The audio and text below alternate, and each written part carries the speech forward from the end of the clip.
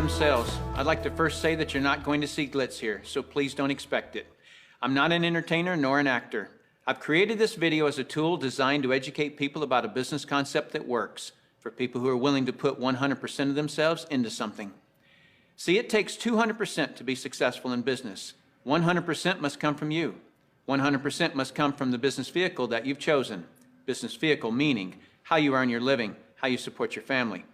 I've seen people who relentlessly pour 100% of themselves into a business vehicle, profession, or job, but that vehicle doesn't have the capability to give back 100%. The mechanics of wealth are just not there. But no one has ever fully explained to you why it doesn't work and why it's a waste of your valuable time if your goal is financial success. This video is for the person who is willing to put in their 100%.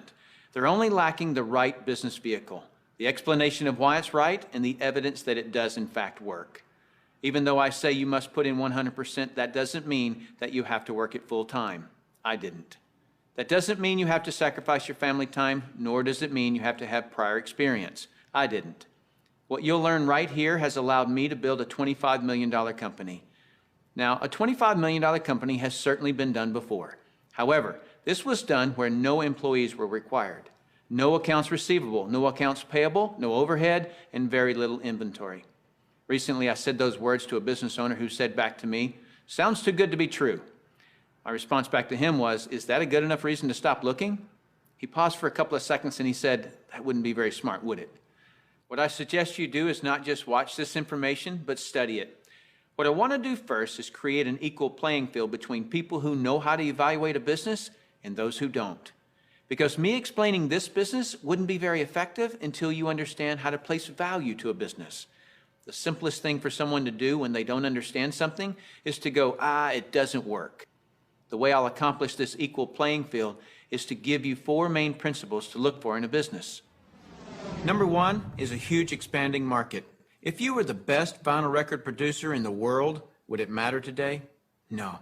It doesn't matter how good you are in an industry that's eroding. Number 2 is a unique and consumable product. I'll cover unique first.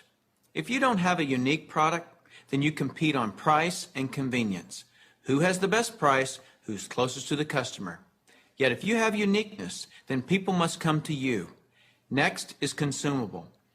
If you have a non-consumable product, you're basically unemployed until your next sell. You want the repeat sales of consumable products.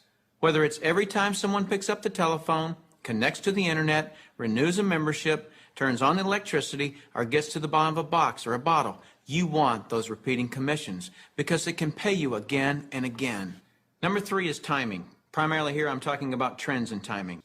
During all cycles of the economy, there are people who are making money and losing money. The makers are the ones in front of large trends. The losers disregard trends. How do you get in front of large trends? You study what creates them. Without any hesitation, in today's society, it's the baby boom generation that creates the largest trends. The baby boomers are a group of babies born between 1946 and 1964. There were 76 million of them born in the United States, 1 billion of them worldwide. Why is this group so talked about? They're 1/3 of the U.S. population and control 65% of all the money. I've likened the magnitude of all those babies to a basketball moving through a garden hose. They reshape every industry they go through. See, if you can predict where this basketball is going down the garden hose, you possess the ability to make fortunes. I want to give you some historical examples of the obvious buying patterns of these boomers. It started with a company called Gerber back in 1940, who were barely known. But by 1955, just 10 years after the boomers were born, they had sold 1.8 billion jars of strained baby food. As the boomers took their first steps, it was Buster Brown and Kenny Shoes. When the boomers went out to play, Mattel and Hasbro got rich providing toys to this young group. In 1957, we built more elementary schools in the U.S. in 1 year just to handle the overflow than we did in any 12-year period before or after. As the boomers went through their teens, Dairy Queen, McDonald's, Kentucky Fried Chicken became billion-dollar companies feeding the boomers. When the boomers moved through their 20s and 30s, which was in the mid-70s, what was the industry to be in? Real estate. Why? Because the boomers had heard from their parents one time too many, as long as you're living under my roof, you'll do as I say. So they wanted their own roof, which created a 15-year real estate boom. And people are still talking today about the great time frame to be in real estate. Then what happened to the real estate market in the late 80s? It began its decline. Why? The basketball had moved through the real estate industry. Another example of this is the U.S. stock market. Several years ago, I heard a stock market analyst speaking on the radio saying that he just couldn't believe the stock market had a 15-year rise. Notice the number 15 years keeps coming up. Anyone with a good understanding of the baby boomers could have seen this coming and profited from the recent stock market activity. Why does this 15-year number keep coming up? Because the baby boomers were born between 1946 and 1964. And so 18 years separates the front edge from the back edge. A very important number for you. If you look for trends on the front side of the basketball, you get the full 18 years for your products to be popular. That's the reason you study the nose of the basketball. So your business, no matter what your business is to be looking at what industries are expanding or which industries are about to expand. You shouldn't care how long you've been doing something or how long you've been in school to learn something. Are you in front of trends or not? Don't have a loyalty to something just because you've been educated in it or doing it for a long time. So looking at the current trends, we basically got 1 billion people who are in their 50s and 60s. Since that's the case, what business do you want to be in? Let's look at some obvious current and future trends. Health and looking younger are going to be tremendous trends.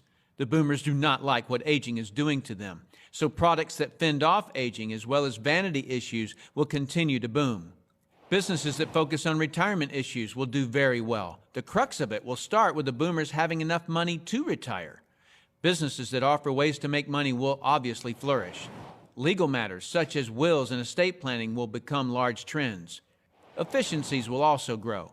The television was too far away from the couch for the boomers, so they invented the remote control device. Today, they have their entire library of books and music in their cell phones. The boomers have always been enamored with technologies that make life easier. These technologies will actually create industries. For example, the computer created the need for antivirus software. The internet has created a need for identity theft protection and firewalls. But there will be many additional industries created by the computer and internet technologies. It is the computer plus the internet that made the iPod, iPad, and iPhone possible. As a side note, the baby boomers are not the only trendsetters. They are just the largest and have most of the money. As the world becomes one, the international market will play a big role, as well as the group born just after the baby boomers that are known as Generation X. But remember, the boomers control 65% of all the money. So when a bright Generation X person creates a great new product or service, they must make it simple enough that a baby boomer can understand it. Otherwise, that product will not reach mass acceptance. Those are some of the big trends. So if you want to be brilliantly compensated, you must focus on industries and companies that have positioned themselves in front of these trends. All right, let's move forward. Number 4 is leverage. I'm going to spend some time on this one because we're not really taught this in our society. We're taught to go get a good education, build a resume, and exchange our expertise for someone's dollars. The problem with that is if we're not exchanging our expertise, we're not making any dollars. So vacation time is costly. A walk around the golf course, costly. Family time, although extremely important, is costly. I'll define the word leverage as an increased means by which to attain something. One form of leverage is investing $5 million and earning 10% interest, which will yield you about 41 grand a month in income. So whether you're enjoying family time or playing golf or vacationing, you're still enjoying 41 grand a month in income. You're leveraging off your money. That's a leverage everyone would love, but very few have it. Let me explain another kind of leverage that's available to everyone, including yourself. Incidentally, if you get nothing more out of this video than a better understanding of this little simple concept I'm going to explain, you'll have gained something very valuable for watching it. Imagine, if you will, you own a company. You employ just one person, me. I work for 8 hours on Monday. You work for the same 8 hours on Monday that I do. Now listen closely. You get paid on 16 hours worth of work because you take a portion of my productivity as income back to yourself. You're leveraging off my efforts because I'm your employee. So theoretically, the more employees you have working for you, the more leverage you have. However, have you ever had employees? If you have, you know that in theory, hiring employees sounds great, but it's very difficult to reach leverage through employees. I've heard it said that if you have one employee, you have one headache. If you have 100 employees, you run an adult daycare center. And the reason being is this: no employee will ever work as hard for your company as you will, because they don't own it. Here's my rule of thumb for reaching true leverage. If there's one sentence that epitomizes the entire video, it would be this: to have true leverage, you must create a situation where everyone has the same amount to gain. Only then do you have true leverage. Let me give you an example of this type of leverage. Let's say that I'm a real estate broker and I hire an agent named Robert. Robert goes out and sells a building. Robert earns a percentage of the selling price of the building, and so do I, the broker. Why do I, the broker, earn a percentage when it was Robert who sold the building? Well, I did some of the advertising. I trained Robert. I had the initiative to go get my broker's license in the first place. I put up the risk. I did a lot of things. And so it's valid that I, as the broker, earn my money. But Robert doesn't work for me as an employee. He's an independent contractor. He just hangs his real estate license on my wall. My point here is the broker and the agent have the same amount to gain from the sale of the home. It is totally in the agent's interest to earn more money, which is a form of leverage for the broker. There is a flaw in this leverage situation that I've shown you, and it's this: the broker can have multiple agents, but the agents cannot. The broker has leverage, the agents don't. Until the agents do what most brokers dread. What happens when I, the broker, have been real effective at teaching Robert to be a good agent? What's Robert going to want to do in a couple of years? Be his own broker, right? Is this good for me, the broker? No, because as soon as he becomes a broker, two bad things happen to me. Number one, he breaks away from me and I lose him as an income source. And two, worse than that, he's now my competitor that I trained. He knows all my good stuff. By the way, this doesn't just happen in the real estate industry. It happens in practically every industry. Have you ever heard the expression, "I'm just going to work there for experience"? What does that mean? It means I'm going to strip them of their knowledge and then go do it myself. If you're a business owner, how many people have you trained who are no longer working for you?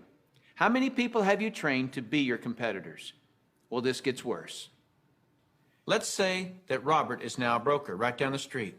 What will he do now that he's a broker? He'll go out and hire his own agents.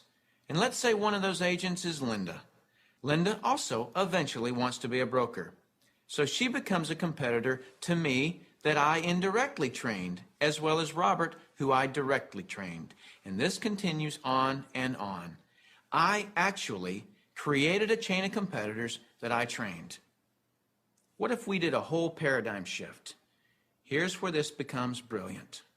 Let's say instead I'm going to empower Robert to become a broker. I want him to become a broker from day one. See, the only way that you or I can retain a leader is provide him or her with the same opportunity for growth that we have. Hence, an opportunity where everyone has the same amount to gain. So from day one, I'm going to encourage Robert to be a broker. And when he does, he doesn't break away from me and become my competitor. He shifts from agent to broker, which now allows him to sponsor his own agents. Now, to create an incentive for me, the broker, to always help Robert and his agents, I'm still going to earn a percentage of what he and his agents sell. And shouldn't I? I trained him. I put up the risk and all those reasons I mentioned earlier. Now, the percentage I earn from Robert and his organization should be a lot smaller than when he was an agent, but I should still earn a percentage. That's my incentive to keep working with them. Now, some people look at this and say, gosh, isn't that one of those pyramids? And what's the perception of a pyramid? People at the top making all the money and the people down below do all the work, right? Isn't that the perception of a pyramid? Let me explain why this is not a pyramid and why people at the top don't necessarily make all the money. Let me just make a quick point before I discuss the pyramid issue. It's not the geometric shape that people have a problem with. This geometric shape is probably the shape of your family tree, the shape of our government. To the architect, it's the strongest structure known to man. Every organizational structure in the world is this shape. So the shape isn't the problem. However, that perception, people at the top earn all the money, let me illustrate that for you. Here's a typical corporation. At the top, you have a CEO, which stands for Chief Executive Officer. Does the president earn more money than the CEO? Not normally. How about below the president? Do any of the vice presidents earn more money than the president? No. Let me ask this question, and I want you to really think about it. What would happen if some of the vice presidents of a corporation made more money than the president? Really, what would happen?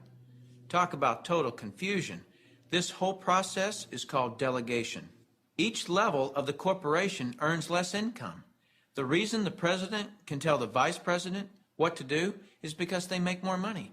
So the corporate structure is people at the top making the majority of the money, and the people at the bottom do not. The CEO of any corporation earns off the productivity of, or is leveraged off of, everyone in his or her corporation. Whether that CEO personally hired every employee or someone else in the company hires them. So the CEO, and only the CEO, earns on multiple levels of his or her company. And the model that I'm suggesting as being brilliant is where you, the individual, are given that same opportunity to earn on multiple levels of brokers and agents, just as the CEO of a corporation is. From here on, I'll refer to this form of marketing as network marketing. In network marketing, you, the individual, are given the opportunity to earn off the productivity of the people in your organization, whether you personally sponsor them or someone in your organization sponsors them. Remember that I said to reach true leverage, you must create a situation where everyone has the same amount to gain. Well, that's what I just described. Here's what makes the network marketing structure the absolute fairest structure available. In most network marketing companies, everyone can earn a certain number of levels deep of the organization they build. Everyone in the company can earn that same number of levels deep, like maybe 4 levels deep or 6 levels deep. Let's say we use 4 levels. So if you build an organization to be more productive, then you would earn more money than I would, even if you were in my organization. In the example shown, you would earn on 3 levels I couldn't reach, because everyone gets the same number of levels. There are people in my organization right now that earn more money than I do. Do you know what I call that? Fair. Shouldn't it be that way? I mean, take any structure. Shouldn't the most productive person in that structure make the most money? Now I'd like to show you an interview that I did a few years ago with Dr. Charles King, who holds a PhD from Harvard and is a professor of marketing at the University of Illinois at Chicago, who actually teaches network marketing at the university.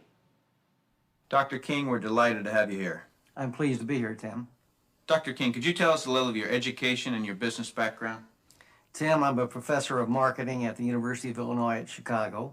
I got my bachelor's and master's degrees from the University of Texas in Austin, spent a tour of duty with the Exxon Corporation, and then returned to get my doctorate in business administration from Harvard University. More important to this discussion, over the last 6 years, I've been involved in doing research, teaching, and consulting in network marketing. So coming from such a conservative school, and I know you a little bit, and I know you to be very conservative, what caused you to look at network marketing to begin with? In 1990, we had a major economic recession in the United States. The Midwest and Chicago particularly were very badly hit. As a result, the interviewers stopped coming to campus. We were graduating hundreds of students a semester, and they weren't getting jobs. Our alumni were coming back to us, losing their jobs, looking for help, and we had nothing to offer them. Now, I started looking, because of my background in business consulting, at alternative career paths. I went out and I looked at starting your own business, at home-based businesses. I looked at franchising. I looked at direct selling. And in the direct selling arena, I backed into network marketing. Now, I was very cynical, skeptical. Tim, I was negative about network marketing. They don't teach network marketing at the Harvard Business School, and I didn't know much about it. The end result was one of my students who was on the team asked me, "Why are you so negative about network marketing?" I looked at that young man and I said, "Son, I know enough to know I don't want to know any more." That student looked at me and he said, "Professor, if I gave you that answer to that question with no more information than you have, you would give me an F." I turned to him and I said, "Son, you're absolutely right. I have no basis for that conclusion. You just made an A." As a result, we went to the library, we went to meetings, and for the next 6 months, we did due diligence on the network marketing industry. I visited the top companies, I talked to network marketing leaders, I became an evangelist. In 1990-91, we started teaching network marketing in the marketing curriculum at the university. Suppose you run across the super skeptic. What advice do you have for them? Tim, I would recommend they do precisely what I did. I was a super skeptic. I did my due diligence, I investigated the industry, and I drew my own conclusions. I strongly recommend that you do your due diligence and then begin to define precisely what role you want to play in the network marketing industry. Set realistic expectations. If there's a single cause for failure in this industry, it's the get-rich-quick syndrome, thinking that you can come into the industry and make enormous sums of money with no work. I argue, by contrast, that if you set realistic expectations, you develop a plan of action to guide your business development, you can be successful. And that's coming from a Harvard Business School graduate who was a true skeptic, but through due diligence, he learned the truth. Warren Buffett owns a network marketing company. If you don't know who he is, he's typically listed in the top 5 richest people in the world. He created his wealth by investing in and buying the highest quality companies. Why do you think Microsoft or AT&T, Gillette, Colgate, Citibank, IBM, Toyota, Xerox, Texas Instruments, General Motors, General Electric, AOL, Oracle, Sun Microsystems, Coca-Cola, and many others distribute some or all of their products and services through network marketing? They use this method to distribute products because network marketing is a very efficient model to distribute products and services. These large corporations are firm testimony to the industry's success and credibility. This confirms what Professor King was saying about that the industry has come of age and is now a true profession. The reason so many people are coming into network marketing is because people want control of their life. They want a quality of life, and network marketing truly offers that. I hear people all the time complaining that they are too busy or don't have enough time. People act as though time owns them instead of them owning time. Have you ever noticed that there are people who, with 24 hours, earn $10,000 a year? And there are people in the same 24 hours who earn $10 million a year? Let me explain the difference. I've heard people say this phrase: "It's easier to just do it myself than try to get other people to do it."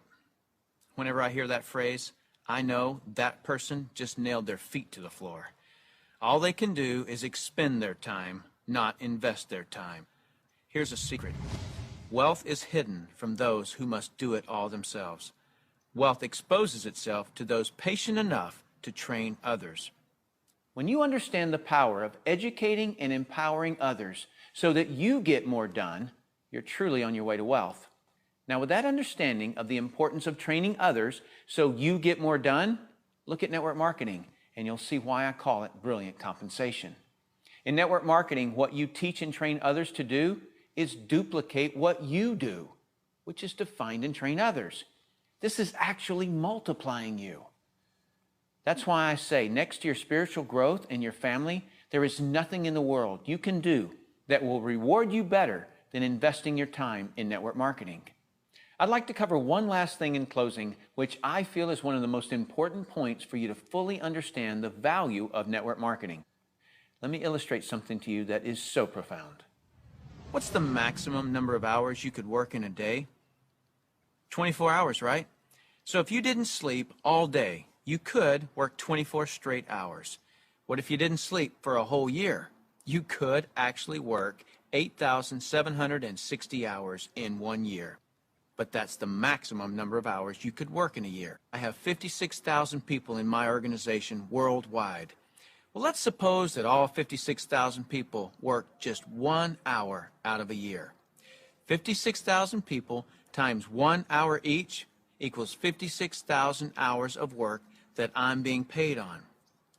Well, for most people to earn on 56,000 hours of work, they'd have to work for over 6 years, 24 hours a day without sleep to put in the same amount of hours that I could in 1 hour a year. Let me throw in something really ridiculous. Suppose all my 56,000 people worked 1 8-hour day in a year. 56,000 people times 8 hours is 448,000 hours I'm being paid on.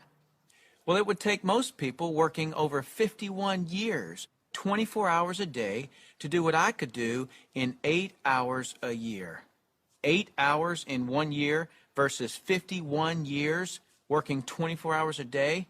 Doesn't seem fair, does it? It's definitely not fair. What's not fair is that you haven't understood this until today, and other people have. But now that you understand it, take responsibility for it. Don't go running and try to create reasons why you can't do this. You can do this. I don't say any of this to impress you. I don't need to impress you. This is an educational-only video. My purpose in creating this tool is to contribute back to that woodpile that so generously gave to me. Because network marketing has given me a lifestyle I previously couldn't have imagined. And because network marketing has given me total financial and time freedom, I feel it my responsibility to explain the industry in an understandable way. So I say all of this only to impress upon you that the difference between the wealthy and everyone else is leverage. You've got to understand that. And nothing gives you, the individual, leverage in such an ethical way like network marketing can. So go get a pad of paper, write down what you really want in life. Then call the person who gave you this video and tell them whether you're an A, B, or C. C is see you later. No thanks. That's fine with us because your relationship with the person who gave you this video is more important to us than anything. Or you're a B. A B is I may be. I want to first explore the product. If that's you, then do that. Don't procrastinate. The #1 killer of financial success is procrastination. People just putting it off until tomorrow, and they've somehow convinced themselves that they'll actually do it tomorrow. You know what I'm talking about. As soon as I'm done with this project, then I'll have more time. Or as soon as little Jimmy gets back to school, then I can, and they never do. If a person has an excuse, they have all they need to fail. Don't let that be you. Get your product today. Or you're an A, and that means absolutely. No, you don't have all your questions answered, but you see enough to start and begin your training. Very well done to you in your ability to make a decision. If it's late at night and you just watch this, don't be concerned that the person who gave this to you is sleeping right now. They'll be up. And if they're not, wake them up. Tell them, hey, now that I understand this thing, I can't sleep. And if I can't sleep, you're not going to sleep. Believe me, they'll appreciate that call. So call that person and tell them whether you're an A, B, or C. That's it. Join us. You'll be glad you did. Now is the right time, the smart time. Thank you for taking the time to view this video. I hope it's been educational to you. What I really hope is that you'll put this information to good use. Next, you'll see some common questions that you can interact with. I look forward to working with you, should our paths cross. I'm Tim Sales.